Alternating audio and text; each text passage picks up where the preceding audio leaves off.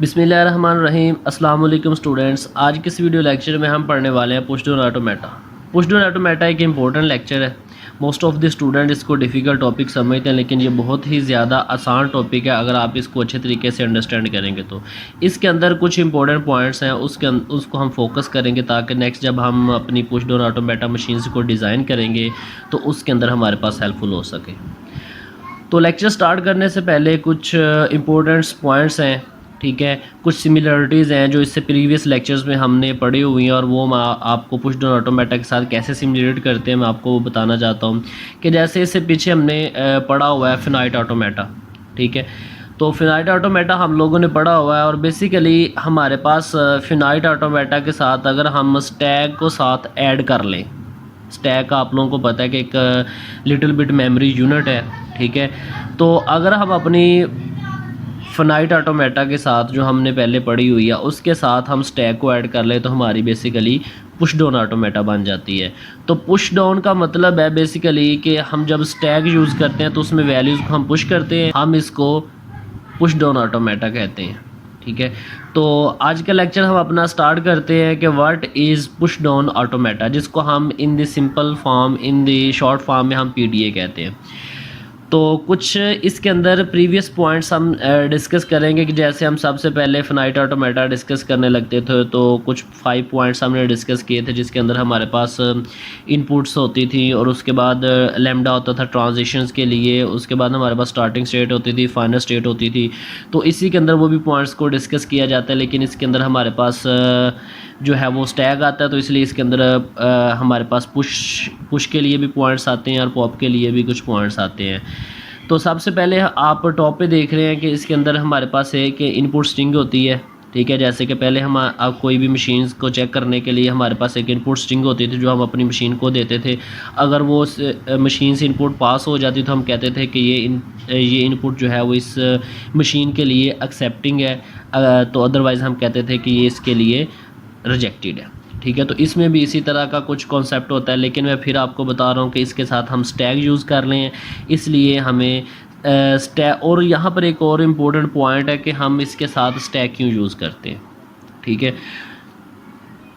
और हम इसको अलहदा से क्यों एक पीडीए के नाम हम क्यों दे रहे हैं, पुश डाउन ऑटोमेटा का नाम हम क्यों दे रहे हैं। अगर हमारे पास स्ट्रिंग इसमें ने भी एक्सेप्ट करनी है तो हमारे पास फिनाइट ऑटोमेटा ही भी था, तो उसके अंदर जो था हम डीएफए हमारे पास थी, डिटर्मिनिस्टिक फिनाइट ऑटोमेटा, तो उन्हीं मशीन के अंदर हम अपनी स्ट्रिंग्स को क्यों पास नहीं करवा लेते, ठीक है। तो ये दो यहाँ पर क्वेश्चन है। पहला ये कि हम इसके साथ पहला क्वेश्चन हमारा ये कि हम जो है वो अलहदा से पीडीए को क्यों डिज़ाइन कर रहे हैं और डीएफए के अंदर ही हम इसको क्यों एक्सेप्ट नहीं करवा सकते। तो यहाँ पर ये बताने का मकसद ये है, तो पीडीए का हमारा बेसिकली पॉइंट ये है कि ये एक पावरफुल मशीन हमारी होती है एज़ कम्पेयर टू हमारे पास जो फिनाइट ऑटोमेटा है, हमारे पास पीडीए हैं। क्यों पावरफुल होती है? क्योंकि इसके अंदर तो वो स्ट्रिंग्स, वो लैंग्वेजेस तो हम पास कर सकते हैं जो पीडीए एक्सेप्ट करती है, लेकिन उससे जो मोर पावरफुल लैंग्वेजेस हैं, ठीक है, रेगुलर लैंग्वेजेस के अलावा भी जो मोर पावरफुल लैंग्वेजेस हैं जिसको नॉर्मली हमारी डीएफए एक्सेप्ट नहीं करती, तो उन लैंग्वेजेस को एक्सेप्ट करने के लिए हम अपनी जो है वो पीडीए का यूज़ करते हैं। तो आप लोगों को ये भी पता है कि हम जब पीडीए यूज़ करते हैं तो उसकी अलहदा से कोई मेमोरी नहीं होती, वो फिनाइट ऑटोमेटा है कि मतलब उसकी एक लिमिटेड मेमोरी होती है उसके पास, ठीक है। लेकिन पीडीए के अंदर हम स्टैक यूज़ कर रहे हैं, ठीक है। तो इसलिए इसके हम स्टैक, तो दूसरा हमारा जो क्वेश्चन था स्टैक यूज़ करने वाला, तो हम स्टैक साथ इसलिए यूज़ करते हैं कि हम अपनी मेमोरीज़, हमारे पास जो इनपुट्स होती हैं उनको हम अपने मेमोरीज़ स्टैक के अंदर सेव कर लेते हैं, ठीक है। तो उसके बाद फिर हम उसको क्या करते हैं, पॉप करते हैं, ठीक है। तो इसलिए हम बेसिकली पीडीए को यूज़ कर रहे हैं कि हमारे पास ये रेगुलर लैंग्वेज के अलावा भी जो पावरफुल लैंग्वेज होती हैं उनको भी एक्सेप्ट कर लेते हैं। और पीडीए हमारा इसलिए भी यूज़ होता है कि हम इसके अंदर बेसिकली कंपेयरिंग का काम भी परफॉर्म करवाते हैं कि हमारे पास फॉर एग्ज़ाम्पल के पहले हम करते थे कि नंबर ऑफ़ टाइम हमारे पास ए यूज़ को हो रहा है और मतलब डजेंट मैटर कि कितने टाइम ए यूज़ हो रहा है, कितने टाइम बी यूज़ हो रहा है, ठीक है। लेकिन पुश डाउन ऑटोमेटा के अंदर हम इन चीज़ों को भी डिस्कस कर रहे हैं कि मतलब अगर जितने टाइम नंबर ऑफ़ टाइम में ए यूज़ हो रहा है उतने नंबर ऑफ़ टाइम भी बी यूज़ होना चाहिए, ठीक है। तो दोनों के दरमियान हम एक कंपेयरिंग का काम भी परफॉर्म करवाते हैं, ठीक है। तो स्क्रीन पर आपको नज़र आ रहा है, सबसे पहले हमारे पास एक इनपुट स्ट्रिंग होती है जो हमारी ये इनको हम इनपुट टेब भी कहते हैं। उसके अंदर हम अपनी जो स्ट्रिंग्स को पास कर लेते हैं, इसके अंदर हम अपनी इनपुट स्ट्रिंग को रख लेते हैं। उसके बाद ये हमारे पास मशीन है और ये हमारे पास स्टैक पड़ा होता है। तो ये एक इनिशियल कंडीशन है हमारे स्टैक की कि सबसे पहले जब ज़ीरो कंडीशन में होता है ना तो इसके अंदर कोई चीज़ इनपुट है और ना ही कोई पॉप हो रही है, ठीक है। तो ये हमारी एक इनिशियल स्टेज है, इनिशियल सिंबल्स हैं हमारे स्टैक के। तो ये जो स्लाइड्स आपको स्क्रीन पे नज़र आ रही है 4 नंबर स्लाइड, ये बहुत ही ज़्यादा इंपॉर्टेंट है। अगर आपको इस स्लाइड की समझ आ गई तो आप समझ लें कि आपने पुश डाउन ऑटोमेटा को अंडरस्टैंड कर लिया, ठीक है जी। अब नेक्स्ट जितना भी हमारा लेक्चर्स होगा वो इसी की बेस पे होगा। अगर ये पॉइंट्स को आपको समझ आएगी कि हमारे पास इनपुट क्या चीज़ हो रही है, पॉप क्या चीज़ हो रही है और पुश क्या चीज़ हो रही है, ठीक है। तो ये हमारी दो स्टेट्स के दरमियान आप देख सकते हैं कि ये हमारी इनपुट है, ए बेसिकली हमारी इनपुट हो रही है, इनपुट सिंबल है। पॉप क्या हो रहा है, हम बी को स्टैक में से पॉप कर रहे हैं और स्टैक में हम पुश क्या कर रहे हैं, सी वाला, ठीक है। इट्स मीन्स डैट कि नेक्स्ट जब हम अंडरस्टैंड करने जाएंगे, नेक्स्ट हम जब एग्जांपल्स करेंगे तो उसके अंदर जब in the form of this situation हमारे पास होगी तो हम समझेंगे कि इस ये वाला जो सिंबल्स है ये इनपुट हो रहा है और इस कंडीशन पे जो सिंबल होगा हम कहेंगे हमें अंडरस्टैंड करना पड़ेगा कि ये हमारा स्टैक में से पॉप हो रहा है और यहाँ पर एरो के आगे हमारे पास जो सिंबल्स होगा ये स्टैक में पुश हो रहा है, ठीक है। पुश हो रहा है मतलब स्टैक के अंदर इंसर्ट हो रहा है, पॉप हो रहा है मतलब स्टैक में से निकल रहा है, डिलीट हो रहा है, ठीक है। तो नेक्स्ट स्लाइड्स पे चलते हैं। तो नेक्स्ट स्लाइड्स पे आप देख सकते हैं कि इनपुट है हमारे पास ए, ठीक है। ये बी जो है वो स्टैक से पॉप हो रहा है, रिप्लेस हो रहा है सी, ठीक है। बी जो है स्टैक से सी से रिप्लेस हो रहा है। तो ये देख सकते हैं आप कि हमने पुश किया है बेसिकली सी को। आपका ये हमारे पास सी है। मैं दोबारा स्लाइड्स आपको दिखाता हूँ कि आप देख सकते हैं कि हमारे पास ए इनपुट है, बी जो है वो क्या हो रहा है, पॉप हो रहा है और सी हमारे पास क्या हो रहा है, पुश हो रहा है, ठीक है जी। तो यहाँ पे सी जो है वो पुश होगा। अगर हम इसको पुश करते हैं तो ये देखें हमारे पास टैग में सी जो है वो क्या हो गया, पुश हो गया। इस कंडीशन में ए हमारे पास इनपुट, लैम्डा हमारे पास क्या हो रहा है, पॉप हो रहा है, लैम्डा पॉप हो रहा है। अब लैम्डा पॉप हो रहा है, लैम्डा हमारे पास क्या है, बेसिकली नल है, ठीक है, जिसको हम एप्सिलॉन भी कहते हैं। तो इसलिए इसकी आप लोगों ने जो है यहाँ पर कंफ्यूज नहीं होना कि लैम्डा के जब भी हमारे पास लैम्डा पॉप होगा या पुश होगा, ठीक है। तो इससे हमारे स्टैक में कोई भी डिफरेंस नहीं होने वाला, कोई भी फ़र्क नहीं पड़ेगा हमारे स्टैक को, ठीक है। तो ये हम ऐसे कहते हैं कि जैसे हमारी एक एम्प्टी स्टेट्स है, ठीक है। तो इससे हमारे स्टैक को कोई फ़र्क नहीं पड़ता कि लैम्डा पुश हो रहा है या लैम्डा पॉप हो रहा है, ठीक है, क्योंकि ये हमारे पास एक ज़ीरो वैल्यू होती है। तो यहाँ पे सी हमारे पास पुश हो रहा है, ठीक है, लैम्डा हमारे पास क्या हो रहा है, पॉप हो रहा है और इनपुट हमारी क्या है, ए।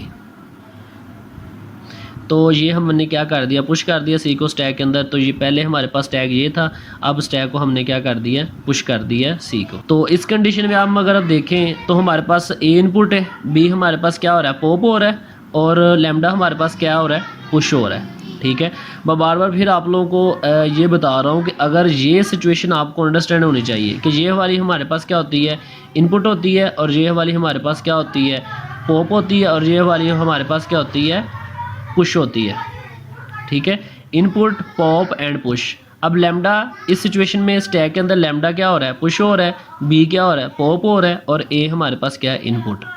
तो लैम्डा का मैंने आपको बताया था कि लैम्डा के साथ हमारे पास कोई फ़र्क नहीं पड़ता। अगर बी पॉप हो रहा है, ये हमारे पास टैग था, अगर बी को हम पॉप कर दें, पॉप का मतलब होता है कि डिलीट कर देना, स्टैक से निकाल देना। तो यहाँ पर अगर ये हमारे पास इनिशियल था तो अगर इसमें से बी को हम डिलीट करें, पॉप कर दें तो ये हमारे पास स्टैक बनता है, हमारे पास remaining stack after popping the B from the stack.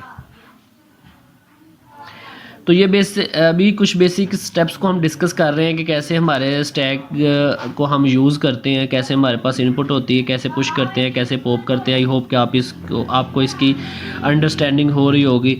तो अब इसके दौरान हमारे पास कोई चेंज नहीं हो रही। क्यों नहीं चेंज हो रही? क्योंकि लैम्डा हमारे पास पुश हो रहा है और लैम्डा ही हमारे पास पॉप हो रहा है। तो मैंने आपको पहले बताया था कि लैम्डा के साथ हमें कोई फ़र्क नहीं पड़ता। अब इस सिचुएशन में आप देख सकते हैं, इस स्टेट के अंदर हमें पुश भी जो हो रहा है वो भी लैम्डा हो रहा है और पॉप भी लैम्डा हो रहा है, इसलिए इसके अंदर कोई चेंज नहीं आएगा। लैम्डा के साथ स्टैक को कोई फ़र्क नहीं पड़ता। ये आप लोगों ने अंडरस्टैंड करना है। आपको MCQs में भी ये पूछा जा सकता है।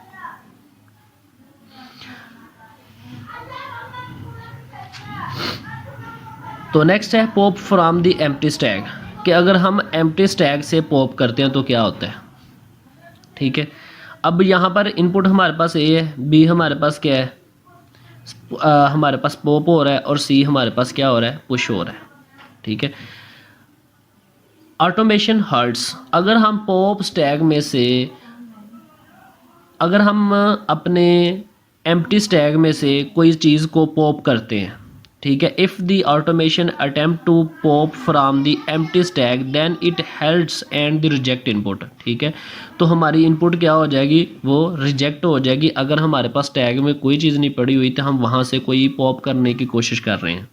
ठीक है, तो वहाँ पर फिर क्या होगा कि हमारी सिचुएशन, वहाँ पर मशीन क्या हो जाएगी, हर्ट हो जाएगी, हमारी इनपुट क्या हो जाएगी, रिजेक्ट हो जाएगी मशीन से। ठीक है, तो वहाँ पर हमें कोई भी एक्सेप्टिंग स्टेट नहीं मिलेगी। ये कॉन्सेप्ट जो है वो अपने अपने माइंड में रखना है कि जब हम एम्प्टी स्टैक में से कोई चीज़ पॉप करने की कोशिश करते, तो नॉन डिटर्मिनिस्टिक्स PDA आर नॉन डिटर्मिनिस्टिक्स। ठीक है, PDA हमारे बेसिकली नॉन डिटर्मिनिस्टिक्स है। कैसे नॉन डिटर्मिनिस्टिक्स है कि इसके अंदर से हमें डिफरेंट स्टेट्स पास हो रही हैं। जैसे हम NFA को डील करते हैं कि नॉन डिटर्मिनिस्टिक्स फिनाइट ऑटोमेटा को।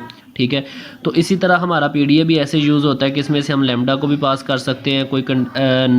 कोई हम सिचुएशंस हमारे पास ऐसी आती है कि हम कोई भी ट्रांजैक्शन नहीं भी करते, एक से हम डिफरेंट ट्रांजैक्शन जो है परफॉर्म कर लेते हैं। ठीक है, इसलिए हम अपनी PDA को जो है वो नॉन डिटर्मिनिस्टिक फिनाइट ऑटोमेटा कहते हैं। ठीक है जी, तो एग्जांपल है अब हमारे पास PDA की। ये हमारे पास एक एग्जांपल है कि A की पावर n, B की power n, n greater than and equal to 0। ठीक है, मतलब जितनी नंबर ऑफ टाइम हमारे पास A होगा उतनी नंबर ऑफ टाइम हमारे पास B होगा। अब ये एक ऐसी लैंग्वेज है जिसको हमारा जो DFA है वो एक्सेप्ट नहीं करता, लेकिन PDA जो है इसको एक्सेप्ट कर लेता है। ठीक है, इट्स मीन्स डैट कि अब ये मशीन ऐसी है कि इसमें जितने नंबर ऑफ टाइम A होगा उतने नंबर ऑफ टाइम हमारे पास B भी होना चाहिए। अब ये नहीं है कि एक नंबर ऑफ टाइम A है और B नंबर ऑफ टाइम हमारे पास ज़्यादा हो सकते हैं। ठीक है, और ये दोनों हमारे पास बेसिकली यहाँ पर कंपेयरिंग का कॉन्सेप्ट है कि हम कंपेयर करेंगे जितने नंबर ऑफ़ टाइम हमारे पास हैं उतने नंबर ऑफ़ टाइम हमारे पास B होंगे, क्योंकि ये दोनों जो हैं ये डिपेंड करते हैं n की पावर पे, और n की जितनी पावर होगी सेम होगी उतनी ही B की होगी और उतनी ही A की होगी, तो ये दोनों हमारे पास सेम आएंगे। ठीक है, तो हमने अब ऐसा PDA डिज़ाइन किया नीचे।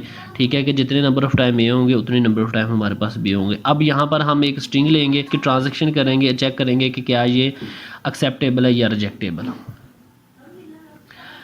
तो सबसे पहले कुछ बेसिक्स आइडिया उसको डिस्कस कर लेते हैं कि push the edge on to the stack. ठीक है, अब ये सिचुएशन आप लोगों को पता ही है कि A जो है वो इनपुट है, लैम्डा जो है वो पॉप हो रहा है, और A क्या हो रहा है, ये पुश हो रहा है। ठीक है, और उसके बाद सेकंड है हमारे पास match the B's on input with the A's on the stack. अब यहाँ पर हमारे पास क्या है बेसिकली कि जितने नंबर ऑफ़ एज हैं हमारे पास यहाँ पर उतने नंबर ऑफ़ बीज को हम मैच करेंगे अपने एज के साथ। ठीक है, क्योंकि जितने नंबर ऑफ़ एज होंगे उतने नंबर भी हमारे पास बीज होने चाहिए। तो अगर तो वो मैच हो जाते हैं, मैच फाउंड है, तो हमारी एक्सेप्ट हो जाती है, अदरवाइज़ वो क्या होगी, रिजेक्ट होगी। तो अब यहाँ पर अब देख सकते हैं कि हमारे पास एक इनपुट है जिसके अंदर अब इसको हम अपनी इनपुट टेप भी कहते हैं। ठीक है, कि जिससे हम अपनी इनपुट को रीड करते हैं। ठीक है, 3 हमारे पास A है और 3 हमारे पास B है। ठीक है, और स्टैक अभी हमारा क्या है, एम्प्टी स्टैक है, उसके अंदर अभी तक हमारे पास कोई भी करैक्टर इंसर्ट नहीं है। तो सबसे पहले हम क्या करेंगे, टेप में से A को रीड करेंगे। ये हमारी स्टार्टिंग स्टेट है, करंट स्टेट है। तो सबसे पहले हमें यहाँ से लैम्डा मिल रहा है, लैम्डा हमें इनपुट है, लैम्डा हमारी जो है वो पॉप हो रहा है, लैम्डा पुश हो रहा है, तो इससे कोई फ़र्क नहीं पड़ता, इसलिए हम सेकंड स्टेट पे पहुँच गए। सेकंड स्टेट पे हमने सबसे पहले क्या रीड करना है, ए। तो यहाँ से हम ए को रीड करेंगे सबसे पहले। अगर यहाँ से ए को रीड करेंगे तो आप देख सकते हैं कि यहाँ से ए रीड हो रहा है, ए हमारी इनपुट है, लैम्डा हमारा क्या है, पॉप हो रहा है, और ए हमारा पुश हो रहा है। ठीक है, तो ये देखें स्टैक में ए पुश हो गया, लैम्डा पॉप हो रहा है, तो लैम्डा से कोई फ़र्क नहीं पड़ता, तो इसलिए फ़र्स्ट हमने टेप में से रीड कर लिया। अब हम सेकंड ए को रीड करेंगे।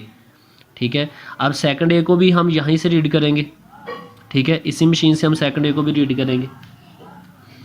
ठीक है, तो इससे हमने ए को रीड किया, तो फिर ए जो है वो सेम एज इट इज़ होगा, दोबारा ए एक और पुश हो जाएगा स्टैक के अंदर।